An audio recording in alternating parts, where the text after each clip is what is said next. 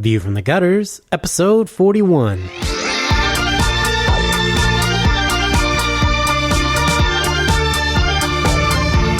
Welcome to View from the Gutters, the comic book podcast where each episode we discuss a collected edition, trade paperback, or graphic novel, and then recommend and vote on the book for the next episode. Warning: the discussion portion of this show has massive spoilers for that book. On this episode, we discuss Thor, God of Thunder, and to skip ahead to the recommendation section, skip to 4626.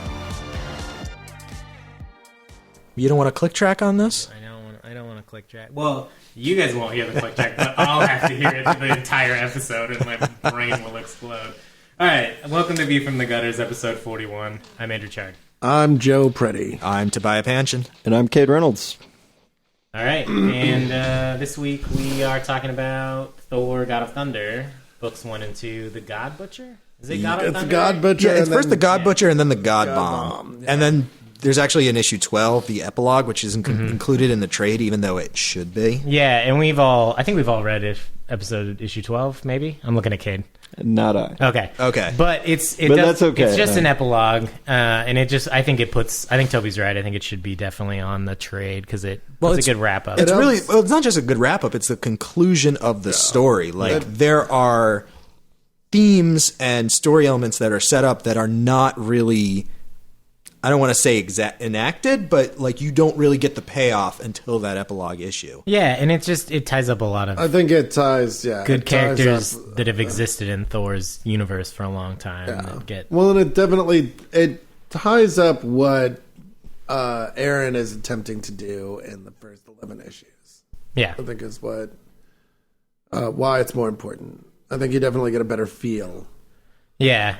And it definitely shouldn't be included in the next story. Because you've got the epilogue issue, and then the next story is something completely different. Yeah, with Malekith. Well, hopefully when they make a hardcover, they will do these two and the epilogue. That would be smart. I honestly wonder who decided to not do that, because it is an incredibly stupid decision. They've been doing 5-issue trades instead of 6-issue trades, which is what we normally see. And this is 11, so they did 5 and then 6. So I feel like it would have been weird to do 5 and then 7, but it should have been 6 and 6. 6 and 6, but the first arc is only 5 issues. So it just kind of threw everything off. Again, this is why we should just have digital comics and fuck off. And the way they break it up, this could stand in front of something else. That's... No, anyway. Kate said, hopefully they'll release a hardcover of the first 12 issues all together as one thing. Which I'm sure they will, because I think with Daredevil it's 13. Yeah, collected edition. Well, in Superior Spider-Man they did the oversized hardcover of the first 2 trades of that, but they didn't do hardcovers of that one, so I'm not sure what they're gonna do. But anyway, collected editions aside, Joe, what'd you think of this story? Maybe we should have him go last. Okay. Kate, what did you think? I really liked it. I would recommend it to anybody who likes the Thor movies. I did feel that there were some problems with the book, but overall it was very good, and I think that it's a step in the right direction as far as comics that are coming out today. Yeah. It's such an easy jumping on point that I don't know. Have you been reading Thor for the last 2-3 years? No. And did you feel lost at all jumping in on it? No. Yeah, that's how I felt too. Because I'm just now going back and rereading all that stuff. And I'm reading Journey into Mystery right now, and the Matt Fraction run on Thor, and I finished Siege and Fear Itself and all that stuff. And I didn't read that before I read God of Thunder, and I thought it was really just an epic Thor story that could be told at any time in Thor's history. Basically. I have been reading Thor not consistently, but here and there. I think I dropped out around Fear Itself, but then I was reading Journey into Mystery with Kid Loki. So I've been dipping in and out of Thor ever since the end of Civil War. Right. And it does stand on its own. You don't need to know what was happening immediately before to get this. There are a few things that are going to seem weird, like Asgardia being in Oklahoma and the Allmother being a thing instead of Odin. Right. But those aren't really necessary. I don't think that those elements of the story are necessary to your understanding or your enjoyment of the story as a whole. Yeah, it's one of those things where if you're concerned about what those are, you can Wikipedia it later, and if you don't care, it doesn't affect your enjoyment, which is kind of how I feel like comics should be, because you put some elements in there that make you go, I wonder what happened in old Thor comics. I guess I should go read those. I think it's one of those things that you can go either way. You can go like hard continuity, where it's like you want to read the entire run, and if you just jump in the middle, you're going to be lost. And then you can go like episodic, like if you read this story by itself, that's okay, and then you can read the next story by itself. And both of those things are good. Yeah. And I don't think that they're like it necessarily has to be one or the other. I think there's room for both, depending on what kind of character you have and what kind of story you want to tell. Like if you jumped in issue 7 in here, you would be just as lost as at other moments in continuity. But if you jump in on issue 34 of Ed Brubaker's run on Captain America, like you're not going to know what's going on, because that entire run is one story. Right. And like this God of Thunder thing is one story, and if you jump in on issue 13, that's a new story. You don't need to have read the immediate last story to get that. And I think that's one of the huge strengths of Marvel now, is that if you kind of know what the character is about, you can sort of jump in and out wherever you want. Like if you've seen the movies, you generally know these characters. You could jump in on Iron Man #1, or Thor God of Thunder #1, or Captain America #1. With the exception of maybe Superior Spider-Man, which you would be a little bit lost, but that recap page just basically tells you everything you need to know. So you're basically pretty good. I mean, if you understand Spider-Man, I think like if you just jumping in on #1, like you're going to get what's going on, even if there are things that are left unexplained, like who's I don't even remember her name. It's Carly something. Like, she's a character that's been introduced in the last few years that I didn't know who she was, and it's like, oh, okay, she's this person who's doing these things. Like, she knows who Peter Parker is. Yeah, I just mean that, like, I've just reread all of Superior Spider-Man recently, and if you jump in on issue, like, the beginning of a story arc in that one, because there's a bunch of, like, 7 issues, so there's, like, 20 issues of that so far, so there's... Yeah, issue 20 just came out. Yesterday, I read it. Yesterday. Well, it'll be a long time ago when you guys hear it'll this, be a couple of weeks ago. So maybe issue 21 will be out by then. It probably will be. And one of the nice things is they're doing these runs. Like, if you pick up Thor issue 13, like that's a great jumping on point for Thor because you know so much about that character. But with stuff like Hawkeye and Superior Spider-Man, there's a little bit more continuity. Yeah, I think going Hawkeye is probably series. more continuity based at this point. Yeah, just because Fraction has been building stuff up in that series since he took it on. Right, but stuff like this and Hulk are both really easy to jump in at any point on those. So I think that Marvel now is just doing a lot of really great stuff. Yeah, they're really hitting it out of the park in also, a lot of books. For me, is such a great example of why if you have a big digital library that people can purchase from, like this kind of book is great because if you pick this up off the shelves and you're reading it and you see the All-Mother and you see some of the, like, oh, why is it in Braxton? And there's little editor's notes that are like, this happened in older books that you can still purchase. Here's a link. Like, I think that really helps you build that digital community. How cool, because I mean, Marvel has that little like AR symbol where you can get more information. Mm-hmm. How cool would it be if like you see something that you don't recognize and you could just like tap on the panel and it'd be like, this panel is about Asgardia, like click here to learn more. Yeah, and that kind of like special features, editor's note, like a commentary track essentially is the kind of stuff that I think that we'll see more of in the digital era. I mean, we've talked about this before, but I think it would be really interesting. Yeah. But I think I actually want to go a little bit further than what you guys said. I thought that this arc was incredibly great. Yeah. And it feels weird for me to say that, like, 2 weeks in a row, I've really, really liked the book that we're talking about. So I'm a little bit out of my depth here.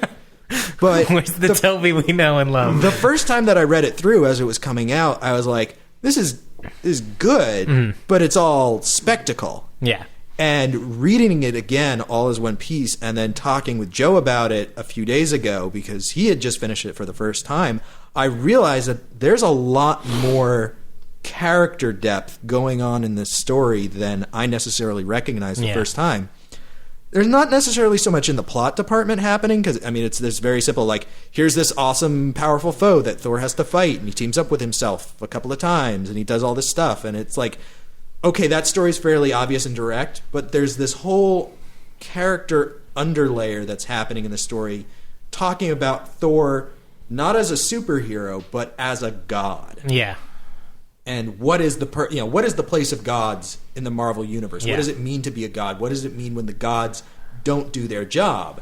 Because the whole thing in this story is, Gore the God Butcher exists because of the neglect of gods. Right. Like, gods who were not helping their people and answering their prayers led to the creation of Gore. And the whole character arc for Thor in this, I mean, it shows up in the first page right when he shows up, like, what kind of god would I be if I didn't answer prayers? Right, and I think that it's interesting, too, because Gore comes from a planet where their prayers are never answered. Like, they have gods, but they aren't doing their job, and essentially then Gore, instead of taking the Batman tact of, I never want this to happen to anyone ever again, he basically ensures that it will happen on all worlds. And so there's the little girl crying that summons Thor out into the kind of Marvel cosmic space, and he shows up and he's like, why are you crying? Where are your gods? And she says, we have no gods. And that's kind of what sends him on this track to... But I think that's the reason why issue 12 is so important, because the entire thesis of this arc is, what kind of god would I be if I didn't answer prayers? And issue 12 is kind of the answer to that, because it's all about Thor going around connecting with people, answering prayers, being a god in the way that Superman almost is sometimes, and always kind of retracts from. Right. This is kind of Aaron going, well, Thor is Superman, but he is a god. He can do the things that that Superman can't as a mortal being. Yeah, and I think that what's so powerful in those issues is just the really human interaction moments he has, where he is still a god, but he's kind of like taking off the mantle of a god and just being super personal with his, with the people that worship him, quote unquote. He's just giving food to kids and bringing the seeds to the nut. That's in this issue. Yeah, that's right? in issue 12. It opens with him bringing that fruit to the condemned prisoner, and he's like, why couldn't I have met a god like you when I was young and foolish? Right. And I think that that's a very, very powerful character moment for Thor, and not something that's been done with him very often. Right. Because, Walt Simonson really grabbed onto the mythological end of Thor, and took him to Asgard and had him fighting, magical beasts rather than the Wrecking Crew. Right. But that was more like myth and fantasy, and not really grappling with the issue of Thor as a divinity, right? A divine figure who answers prayers and goes out and helps people as a god. Well, I think there's such a huge parallel too between the convicted murderer and Gore, because essentially, the convicted murderer is saying, I wish I had met a god like you when I was young, and to have prevented Gore from becoming the God Butcher, all that would have needed to happen essentially is a god to be a god and answer his people's prayers. So I think it was a really good tail end of that. And that's what I mean when I say that the story is about what happens when gods fall down on their duty, and then when they neglect their followers. And I want to see what Aaron does going forward with this, because I feel like this is the beginning of a character arc that's going to go far longer than this particular story arc. Right. About what it means for Thor to be the god of thunder. Yeah, and that's why that's the subtitle of the series. Yeah, I'm really going back and rereading Straczynski's run on Thor and Fraction's run on Thor. Those seeds have been planted along the way, and I think that Jason Aaron did a fantastic job of capitalizing on how the scale of epicness that Thor can operate at, especially when you have 3 Thors and Thor's granddaughters all together fighting against this huge unbeatable evil. Not only is the story really heartfelt and deep and a great character development for Thor, but it's also just there's some kick-ass action. Oh, yeah. There's amazing art panels of just the fight that he has with Gore the very first time that he fights him when he's still young and has the axe is so brutal, because all those Vikings are dying for Thor, essentially saying that's our god, let him go, after they have Thor trapped in the cave for a long time. Yeah, and Esad Ribic really knocks it out of the park in this entire series. There are just so many beautifully illustrated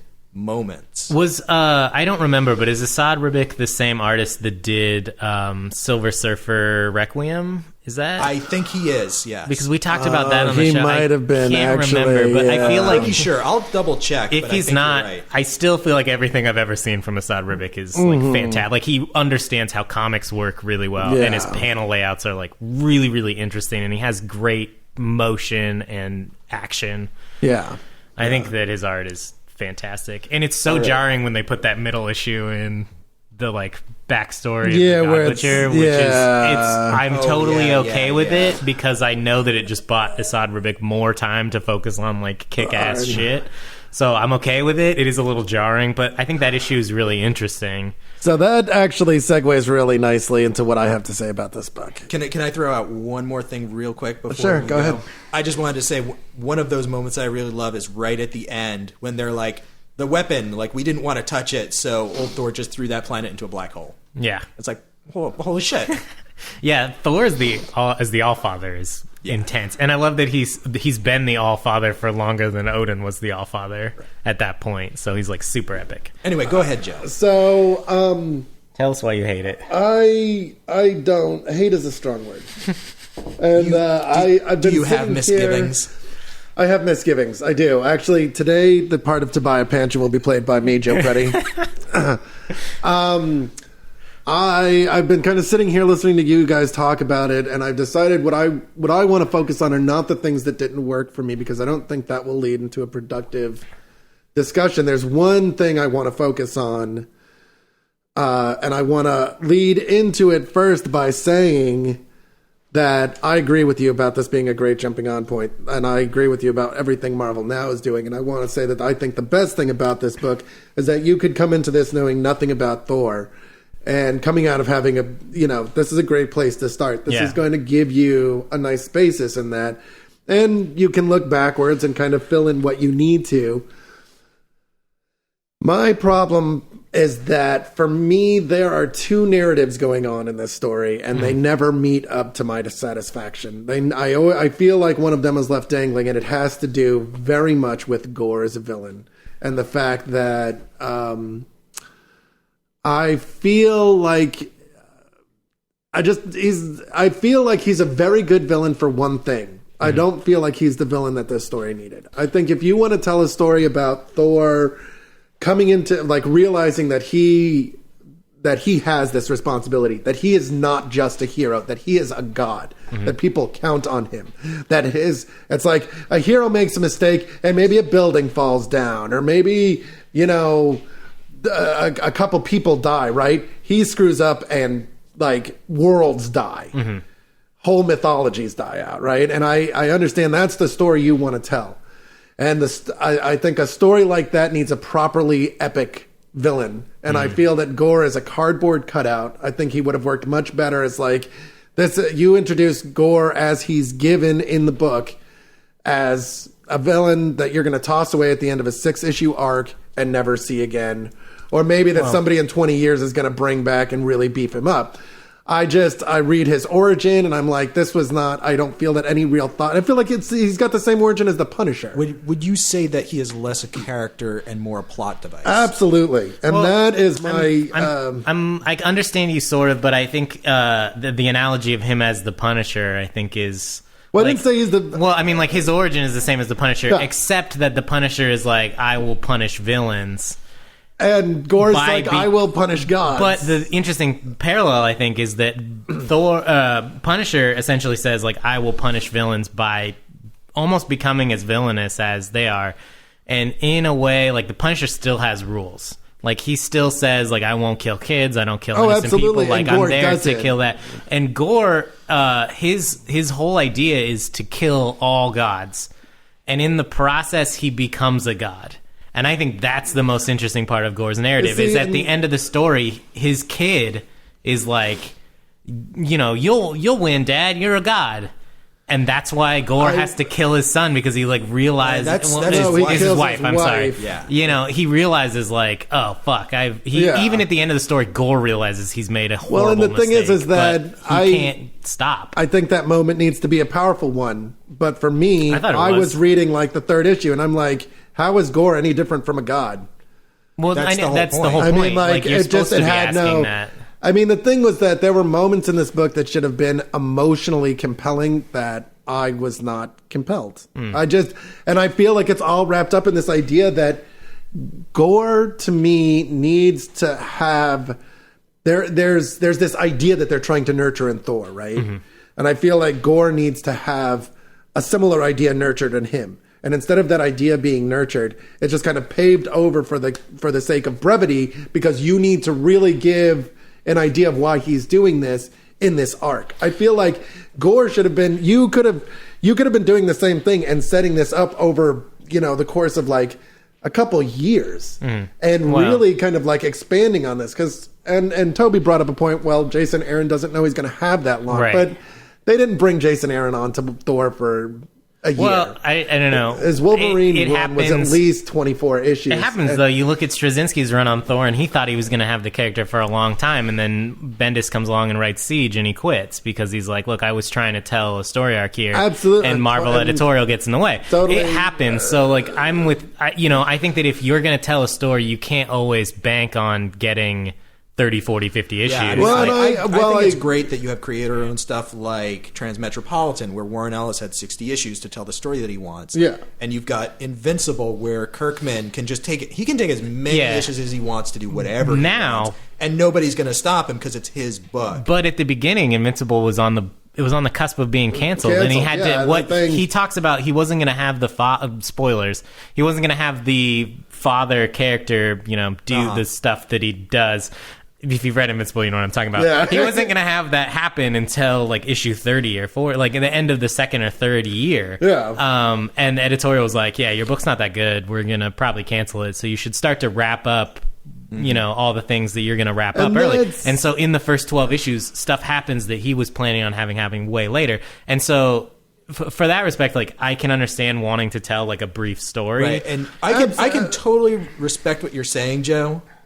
And I've made this exact point before. I made it with Joe the Barbarian, where I said there's so much more that I wanted from this story than it was willing to give me, or that it had the time to do in the length that it was. Yeah. Yes. And I respect that argument because I've made it in the past. No, me too. But the counterpoint to that is you don't always have the length that you want to tell the really expansive story. And sometimes you have to cut it down. And that's kind of, and I think that I understand that. I realize that I'm talking about this in an ideal sense, because I think there's a part of me that thinks if you're not sure you're going to have the length to build that, then why do it? Like, I can understand what Maybe you he mean. was And I- told to, though. I mean, maybe this is the direction that Marvel wanted to go with the naming of the book, Thor, God of Thunder. and absolutely. I mean, But then, maybe to beef up sales, they were like, okay, well, we need all these big Spectacle. We need all this big spectacle right out of the bat. Story be damned. And that's exactly the thing I'm talking about, right? Is you could tell that story in 12 issues. You could tell the story that's all spectacle and all Thor fucking bringing the thunder literally, and just be like, hitting you left and right with that, because I know Jason Aaron can do that. Well, it reminds me. Well, what I'm saying is go ahead. maybe they put him on this path to do this story, and he wanted to do that, and they just didn't give him enough leeway to do it as well as it should have been. Well, and I feel like the thing is this really gets to the heart of it, is that's the narrative, is you have the narrative of Thor needing to grow into his godhood and realizing how important it is, which I think is an important aspect of Thor and that whole mythos of Asgard and stuff like that.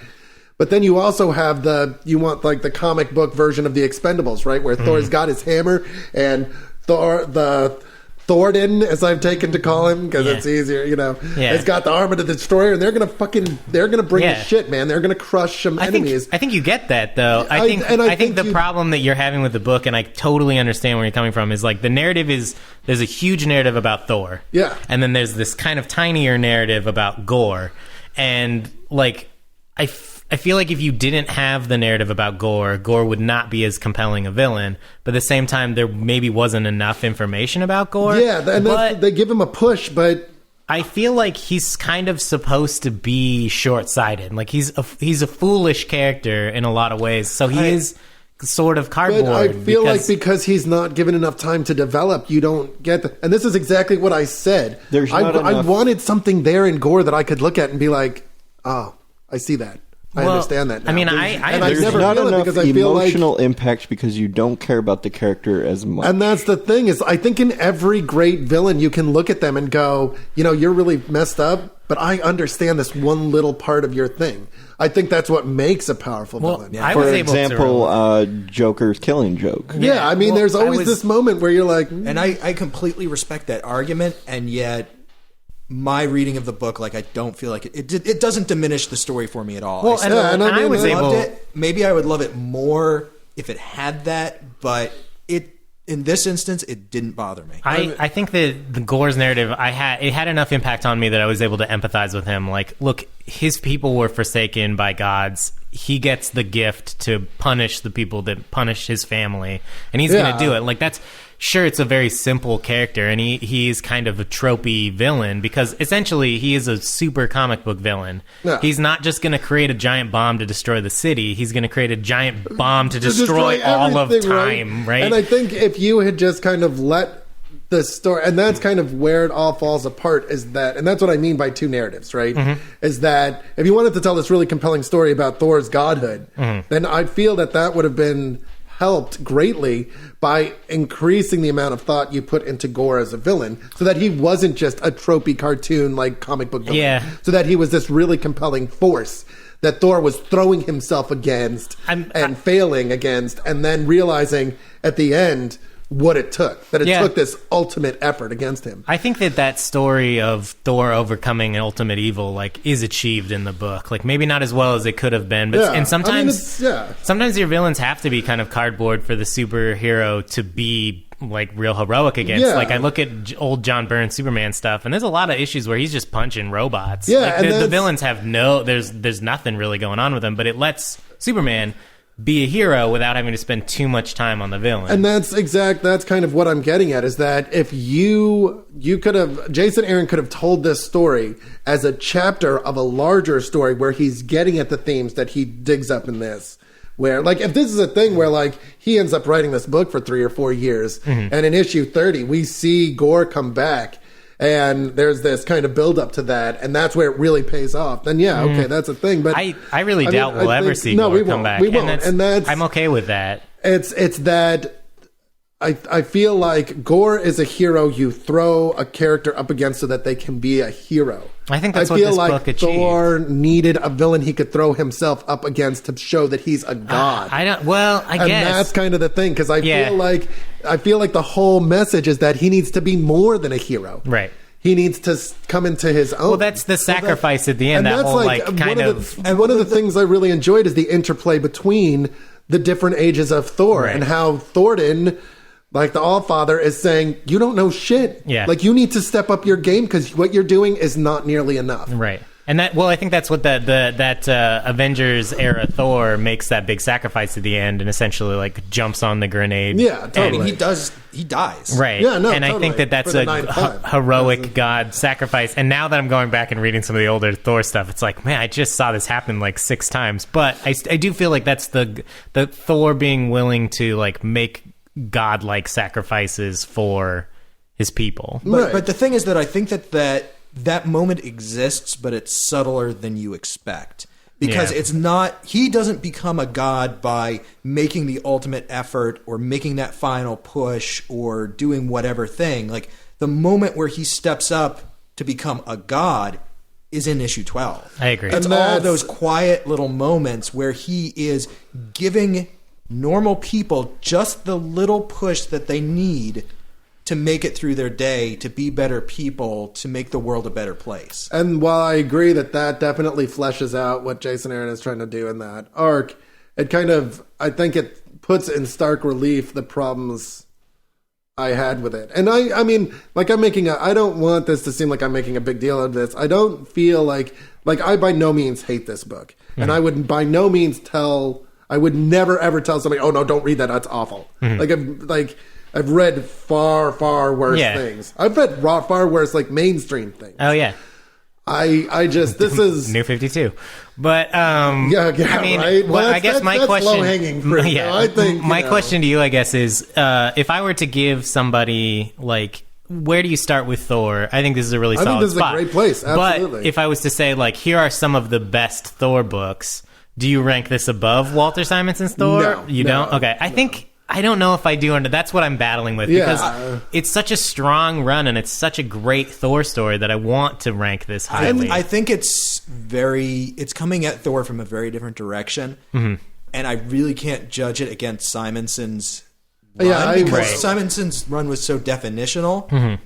Maybe that's a question that I could answer when Jason Aaron's run is done, whenever that is. Because, I mean, maybe he's going to go for 100 issues. Well, and I'm reading this... What he's saying about Thor in issue 99 is very different from what he's saying in issue 13 or 14 or whatever he's up to right now. Yeah. So I really don't feel like I can answer that question right now. Yeah, and I'm reading the next arc with Malekith as it's coming out, and I'm really enjoying it. I don't think it's nearly as solid as this first arc, but... I'm okay with that. It's doing a little more Thor dealing with the 9 realms kind of thing, which sometimes I'm fond of, and sometimes I'm just kind of like, it's too much information for me. I don't know where these places are. Going back to Cade's point, if I had to lay down money, I would guess that, Axel Alonso or whoever at Marvel was like, hey, we've got a Thor movie coming out this month with Malekith as the villain. Right. It would be really great if we could have a Malekith story for Thor. And Malekith is a great villain. Maybe I don't have the best idea in the world for that, but I'll totally put out a story. And I could do cool things. It's cool because it's kind of like Thor gathering the Justice League of the 9 realms. Yeah, and it's like, okay, I guess I'm on board. The cool thing about putting Jason Aaron, somebody like Jason Aaron, on Thor is it shows Marvel really wants Thor to be a property. Oh, and he should be. Yeah, and Thor is absolutely agree. Huge Marvel property that needs the love that Jason Aaron's giving him. He should be more popular than Wolverine because with people coming from the Marvel Cinematic Universe, he is. Yeah, but I mean, Wolverine's books are still selling better, but right. And then I made this point when you and I were talking about it earlier this week. Wolverine is more popular among people who buy comic books. Yeah. I would wager that Thor is more popular among the general population, the people who have gone to see the Marvel movies but haven't set foot in a comic book. Well, and that's the thing is like the Thor in the movies, those movies are much, the first movie and Avengers are much better than the Wolverine movies that have come out. By miles, and I think that the television show Avengers Earth's Mightiest Heroes, like the representation of Thor in that is really, really good. Yeah. So I think there are a lot of fans of Thor from other media that need to see this. That's the thing. I think that Wolverine is the more popular comic book right now, and Marvel wants Thor to be big, as big and as popular as Wolverine. And I think he will be. If you're coming into Thor because you like the movie or you liked him in the Avengers, this is a great place to start and find out more about him and to figure out, I think this is a good place to kind of build that center where you can expand out from, and then you can go into things like Straczynski's run. Why is J. Michael Straczynski always getting screwed over? Because he got screwed over like that on Spider-Man, too. Where he was laying down this great storyline, and then Marvel was just like, no, we're going to do this thing.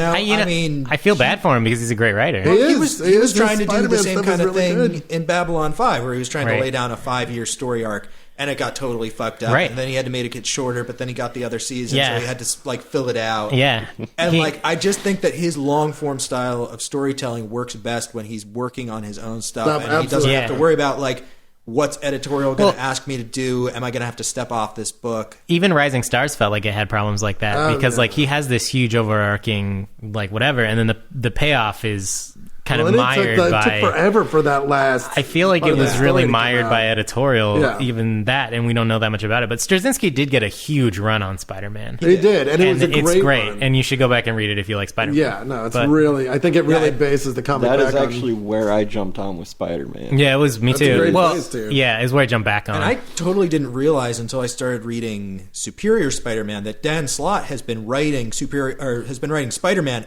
ever since then. Yeah. He picked it up when Straczynski left, and he's still doing it 5 or 6 years later. He was the brand new day that everybody loved. He's been on it for a long time. Well, he didn't write Black now. and Black, did he? Because that was No, that was right before No More Mary Jane. Okay, That was he was right, still right, dating right. Mary Jane. That was the backlash. That was the aftermath of Civil War. Oh, okay, and then there was right. Back in Black, and they couldn't figure out how to get out of that. Right. So they wrote One More Day. Okay.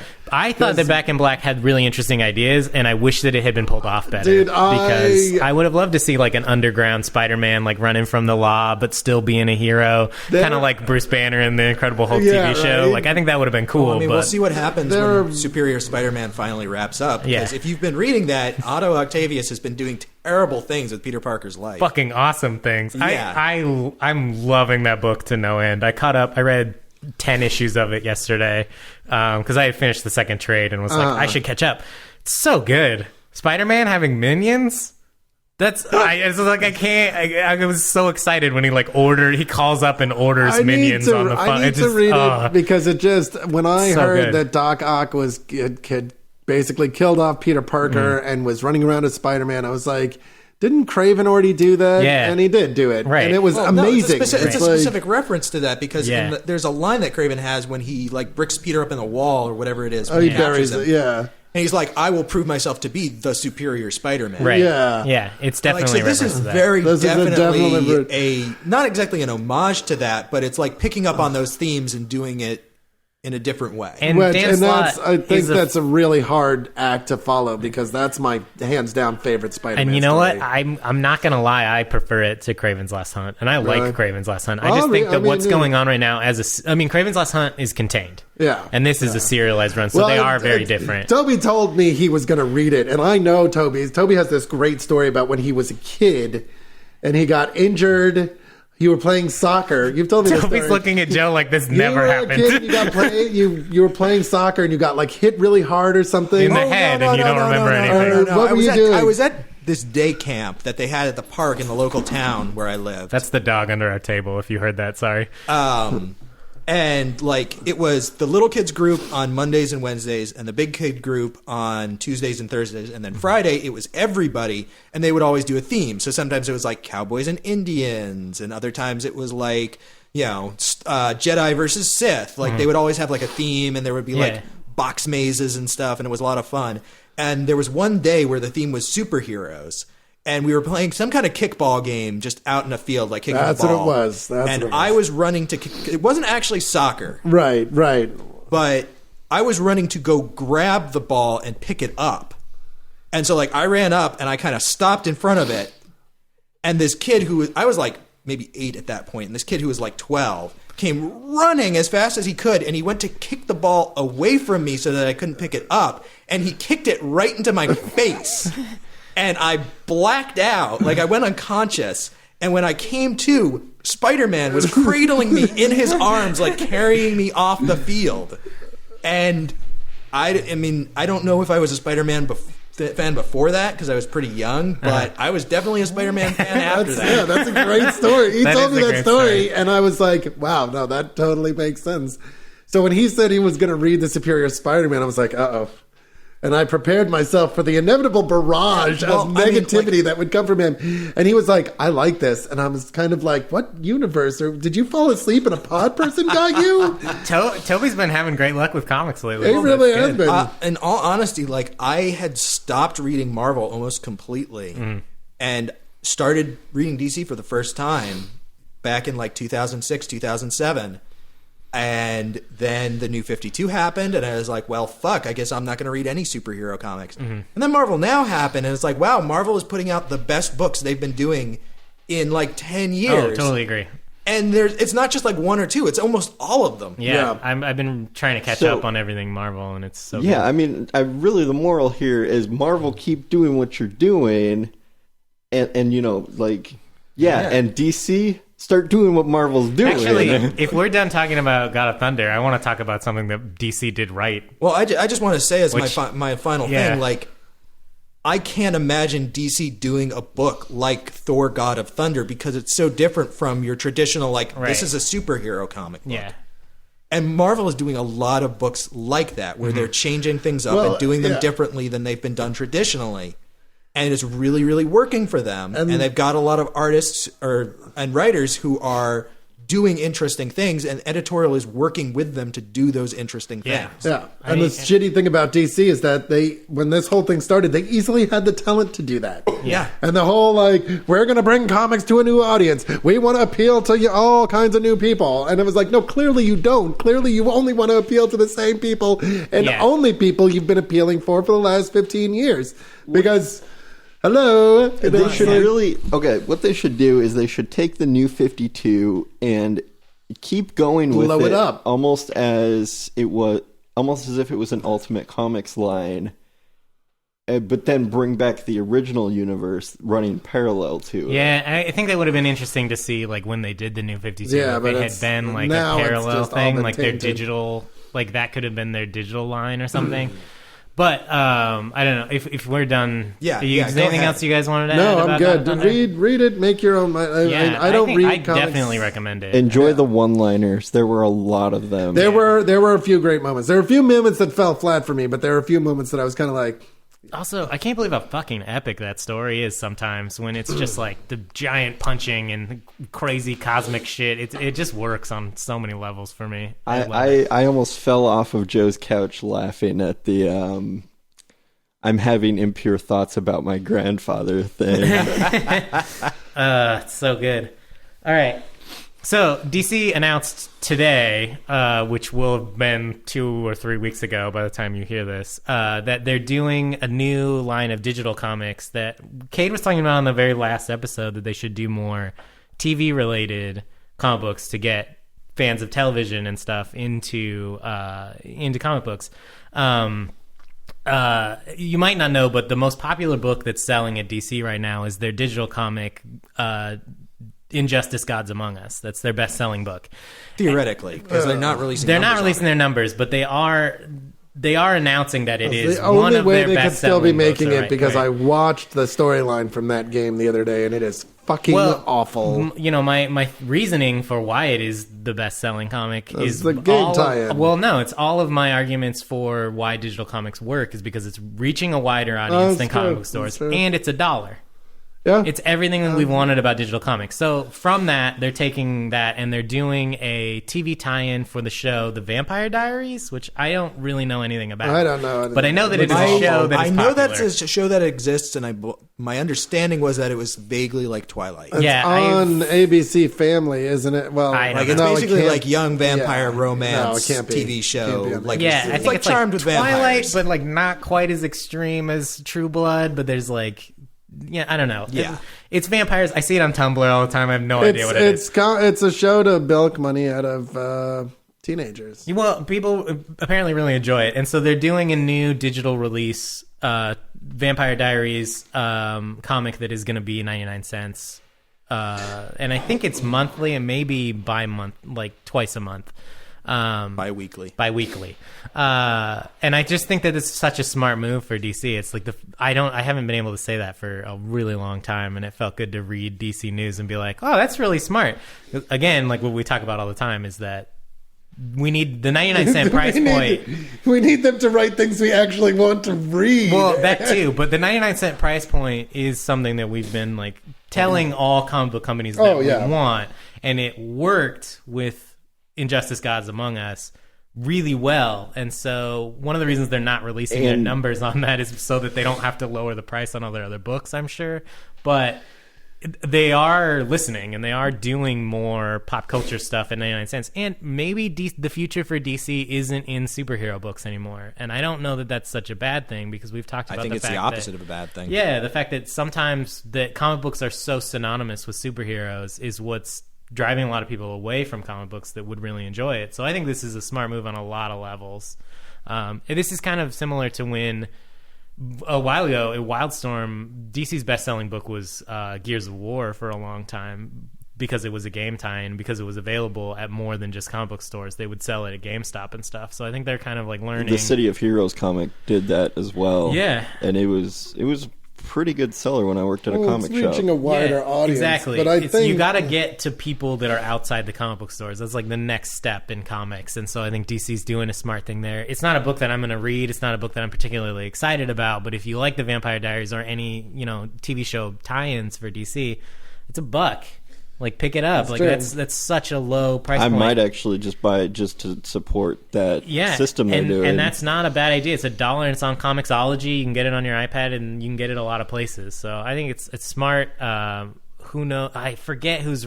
B. Claymore is one of the writers. There's 2 writers on it. And B. Claymore is a fantastic writer. He wrote Hawaiian Dick and... it was pretty good from what I really liked Hawaiian Dick. He's written a lot of great stuff. I really enjoy... B. Claymore. So check it out.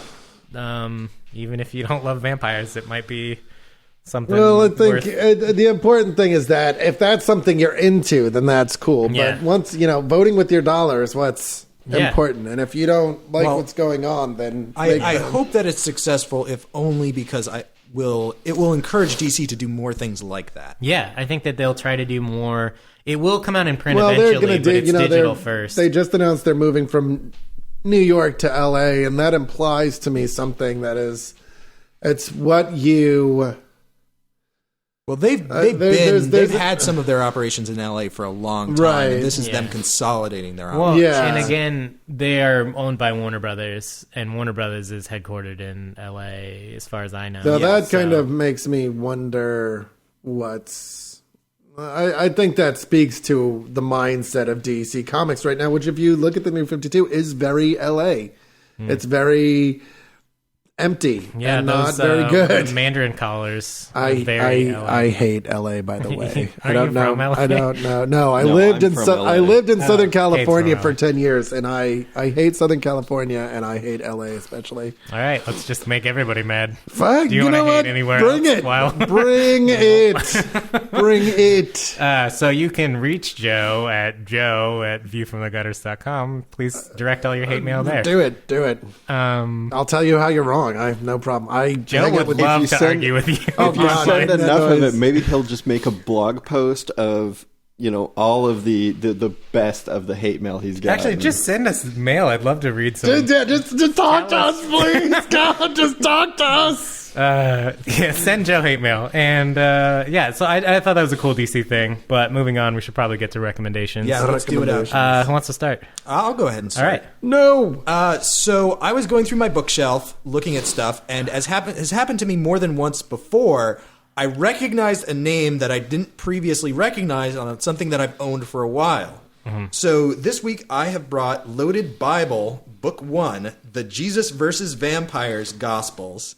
And this is written by Tim Seeley, who did Revival, that we did a few episodes ago. And the artists are Mark Englert, Mike Norton, who did Revival, Nate Bellegarde, Ben Glendenning, and Christopher Johnson. Yeah. So he worked with a bunch of guys. Tim Seeley's a big guy from the Chicago scene, and Mike Norton's from there too. So they've been working together for a long time. I think they both started at Devil's Due Press.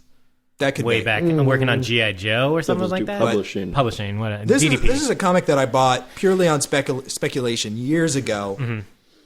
Basically enjoyed. It's not my favorite thing in the world, but it's fun to read. So I think it would be something interesting to talk about. And basically, the apocalypse happens, and then the second coming of Jesus happens, and he's in the ruins of, I think, Las Vegas, fighting vampires. Yeah, it's in the far-flung future. Yeah, and it's cool, and it's weird, and there's like super technology, and he has like holy water spit, so he like spits in the vampire's mouth, and the vampire like burns, and it's really it's funny and cool. There's a manga that it's sort of similar to, but not really, called Priest, I think is what it's called. Yes. That is, they made a movie of that's basically like I love that movie. Fighting vampires on an epic level. I did not hear good things about that movie, but Jendy Tartakovsky animated a short prequel, like 5-minute animated prequel to that movie that was amazing. Cool. Full disclosure, this book does contain a large amount of graphic violence and a fair amount of full frontal nudity. Yeah, boobies. And butts. And butts. Boobies and butts. All right, Joe, what'd you bring? I brought Daughters of the Dragon, which is, well, it's not a Marvel Now title, but it is. No, it's older than that. I think this is from about 2006. It is. However, it's a great deal of fun. It's about Misty Knight and Colleen Wing. Yep. And basically, they're the heroes for hire. And they work a lot with... it's the female half of the heroes for hire. Yeah, it is. But I feel like this is a good example of what I like about comic books. You know, I tend to read comic books really deeply and look into them in a way that a lot of people don't. And sometimes I just want to read something to have fun with. And that's the Daughters of the Dragon. You will recognize some of the things if you read vignettes, X-Men vignettes that Eric Mannix brought a few months ago, I think. Yeah. A couple months ago. I don't remember when it was. Yeah. But he loaned the vignettes to me, and I learned a lot about Misty Knight and Colleen Wing when I was... I think it's very similar to... It's kind of like... it's in the vein of things like Black Dynamite and stuff like that. It's kind of exploitative. They have a real like Power Man Iron Fist kind of black exploitation. Yeah, exactly. And it's a lot of fun. There's a lot of action. There's a lot of like sword play and driving cars into people. And am I wrong in thinking that it's kind of like the Dirty Pair? Or very similar, yeah. Gunsmith Cats. Yeah, it's similar to that where it's basically like, how much trouble are we going to get into doing this thing, and how much ass are we going to kick getting out of it? And it's cool to see this Grand kind of Theft Auto 5? Yeah, it's the title is Daughters of the Dragon, but it's Nightwing Investigations. It's Colleen Wing and Misty Knight's private investigator / like bail bondsman service. That's what's great is that it's got this. There's one of my favorite movies is Midnight Run with. I thought you were going to say Jackie Brown. No, Jackie Brown is my favorite Tarantino movie. Yeah, me too.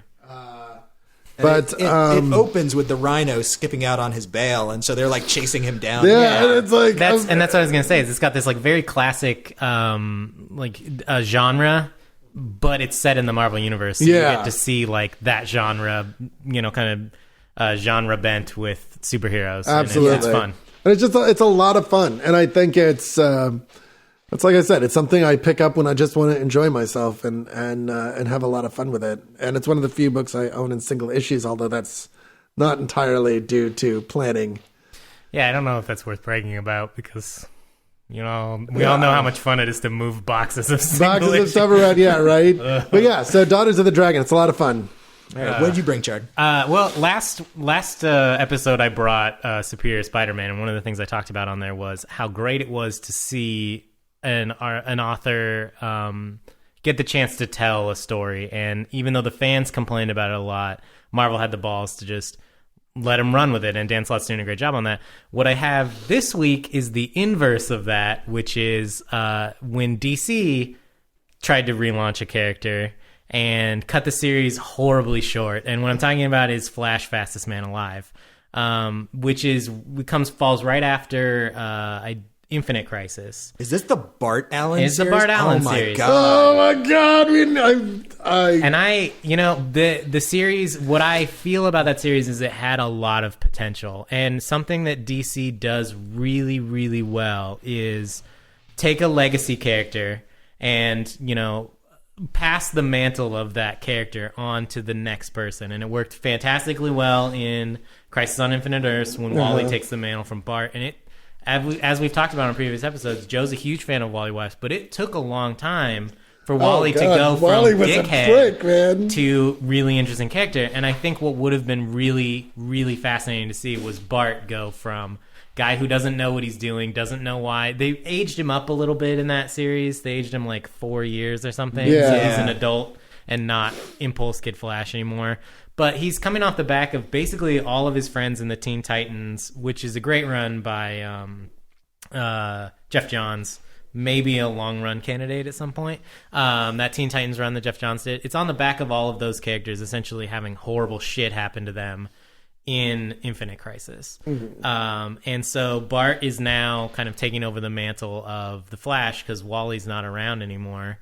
And he doesn't really know what he's doing. And so it's kind of something I talk about a lot is that teen hero becoming, a great hero because, they don't really know what they're doing. And so that series was cut tragically short at 13 issues. That's one of the series that I actually started reading right when I started reading DC Comics. And you're right, it had a huge amount of potential. Yeah. And completely blew it all. Well, they switched authors 4 times, I think, in that 13 Like, issues. they couldn't find a status quo that they wanted to stick with. Like, it kept having these, like, really arbitrary, very jerky changes to, like, what was going on. And it was a lot of it. And then it just, like, ended very suddenly in this really crappy way. Horrible way. And a lot of it was response to the fans just bitching and moaning. They're like, where's Wally West? Where's Wally West? Right. Where's our Flash? Bart isn't our Flash. And what Dan Slott had behind him was the editorial at Marvel going, no, guys, trust us. Believe in this writer. We know where he's going with this series. Yeah, Have faith. it's about having the courage of your convictions and trusting the writers that you've hired to write good stories. And it's about having strong editorial. It's about something that DC doesn't have. It's about realizing that your fans don't know what they want. Yeah, it's true. And you can see that. I have a friend of mine that's a film major. He says Masters in Films from UCLA. And we were talking, I read this the study the other day that said people are upset because trailers in movies give away too much of the plot. And they don't like that. The movies they go to see? The movies with the trailers that give away too much of the plot. Well, those are the movies that get the most people. And often the loudest voice isn't the majority voice. No, like the people that are bitching about Dan Slott ruining Spider-Man is a minority. They are just the loudest minority. Yeah, and they need to be told to shut up. And that's what happened on The Flash. And I think that this is also a good example of, we talk about how DC fucks up all the time now, but they fucked up a lot before the New 52. Yeah. And this was a major fuck up. But I think this series is worth reading. I think it's really interesting. And I think there are some cool things that could have happened in there. In light of what they did to the DCU, it makes sense that failed. Yeah. This is the 2005 run you're talking about, right? Yeah, it starts with lightning in a bottle. It's after 2005. Well, 2005 or 2006 is when Infinite It's Crisis post happened. Infinite Crisis. Very soon after It's that. immediately post. Yeah, Yeah. it starts. It should have been. It was about the same time as Green Lantern Rebirth, right? No, it's after that. it would have been after it's that. contemporaneous with 52. Right, Yeah. exactly. Like Infinite Crisis happened. Which was right and then, after Green Lantern Rebirth. It No, it was a like little 30 bit issues after Rebirth. Yeah, it was a couple years after Rebirth. They did Infinite Crisis. Then every book went 1 year later. Right. And then 52 was happening at the same time as that. And I Right. believe that this Flash title was one of the 1 year later titles. Yes, Yes. it was. Oh, and not it should Green have Lantern been Rebirth, Green Lantern Corps. It's Recharge happened just after Rebirth, but this was probably, let's see, the Sinestro I'm just trying to Corps figure out if this is the War- one that I have the #1 issue of that I got. Well, does it have Bart Allen in it? As the I Flash? don't remember. I can show you the cover. It should have been. It's the series that should have been right after Infinite Crisis. You had Flash. I think it was Volume 3, Issue 1, and there should have been Flash Volume 4, Issue 1, and they could have done great things with it because Bart Allen.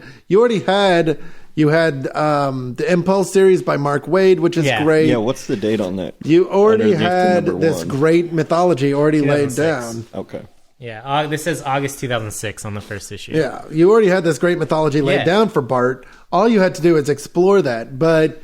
And I really feel like this wasn't just a matter of the fans bitching about it. This was a matter of Jeff Johns wanting to get rid of Bart and anything that associated anything with Wally West and Which get is back sad to Bart because Allen. the person that made Bart, Or Barry Allen. that kept Bart being interesting after Mark Waid left, was Jeff Johns. Yeah, well, Because I think that the his Teen Titans- first thing Jeff Johns does is stop Bart totally Allen. disagree with this, but It's the first thing This he is does not in the Teen argument. Titans. This is not where we should get into this argument. Is well, I'm going to make my point though. You're not my mom. You're not the boss of me. Toby is not the boss of me. I'm You don't saying know- that. also, you I'm don't saying know that that- on air. you don't know that Toby's not your mom. No, I do. I do. I have pictures of my mom giving birth to me. It's awful. Wow. Scarred. I'm scarred. Why scarred would they forever. show you that? Because Yeah, but the thing is Anyway. that after that, I go backwards in time and then get a sex change into a guy and de-aged. so wait, you're cable now? Yeah.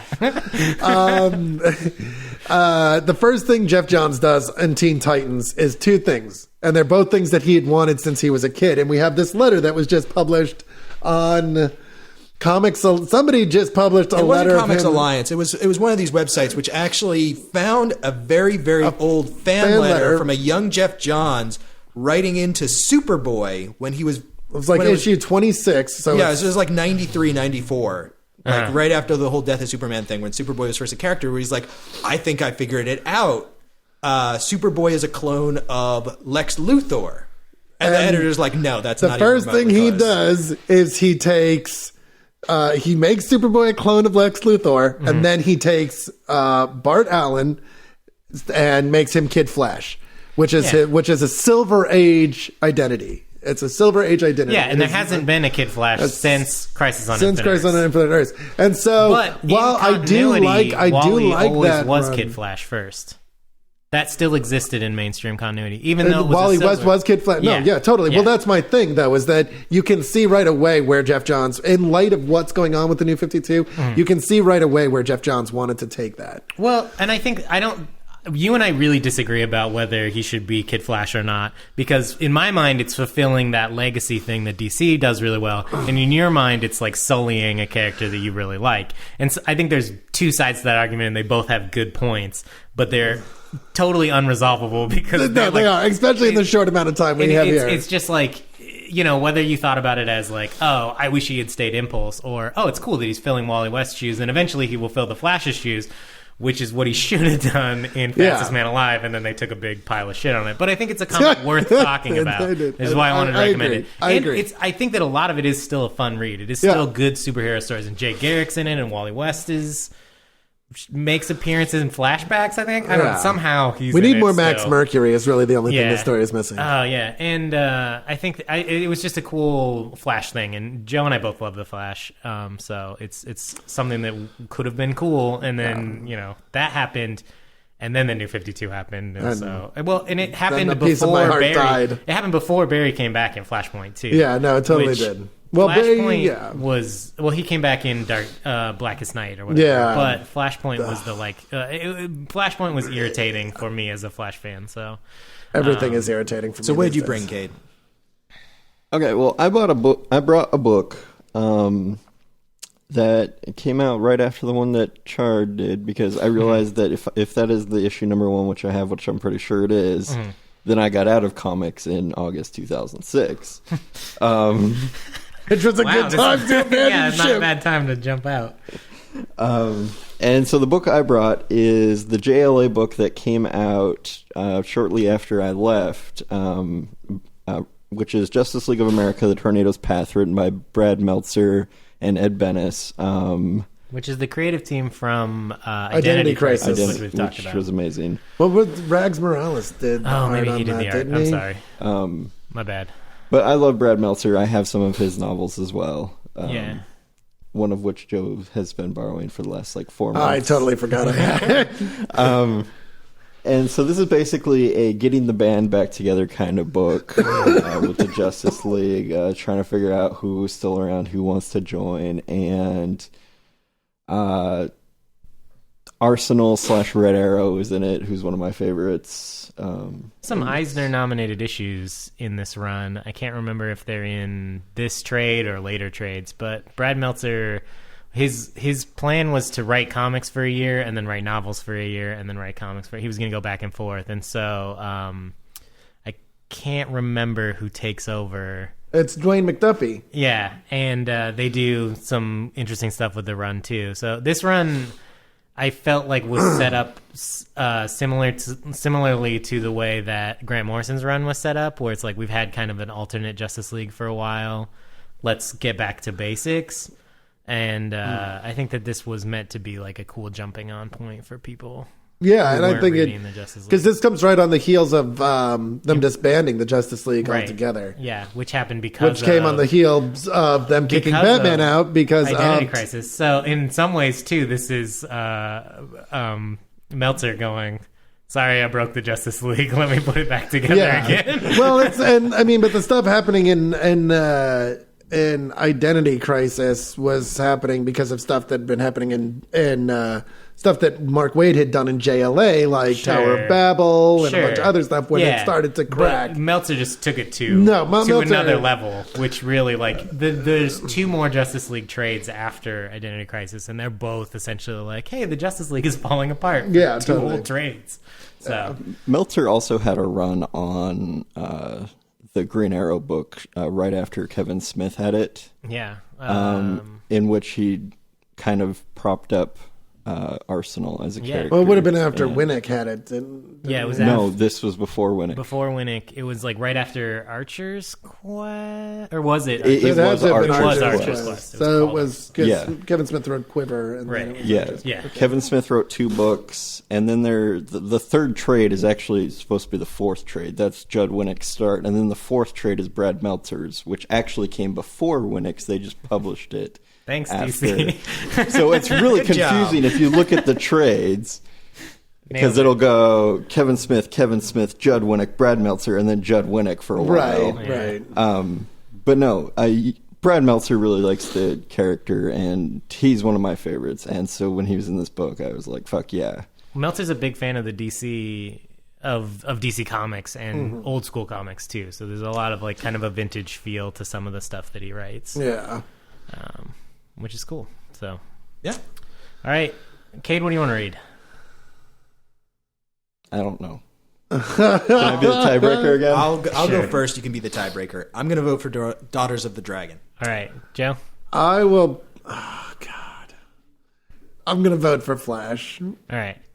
I'm gonna vote. I'm gonna make this really hard for Cade because I'm gonna vote for Loaded Bible because I really like that book. I like Tim Seeley.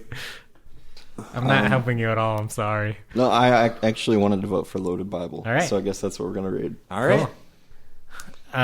So yeah, Loaded Bible, Tim Seeley, Mike Norton, and various other artists, and Jesus at the end of time fights vampires. Yeah, and barring any eccentricities, we're looking at like 3, maybe 4 weeks before our next episode of The Long Run comes out, Correct. where we talk about all of Ultimate Spider-Man. So get reading. So yeah, get to reading. All right, and yeah, do all the stuff you do. Like us, subscribe, favorite, all that stuff. Like us on Facebook, subscribe to our iTunes, Yeah. leave us comments, tell us why you hate us, tell us why Email. I'm right and Toby's wrong. Email Joe at Joe at Or in Deep this the Gutters. case about Thor, tell me why I'm wrong and Toby's right. I'm okay right. with that. I'll be the And- bad guy. Yeah. Thanks for listening, and we'll be back next week. Bye. Bye.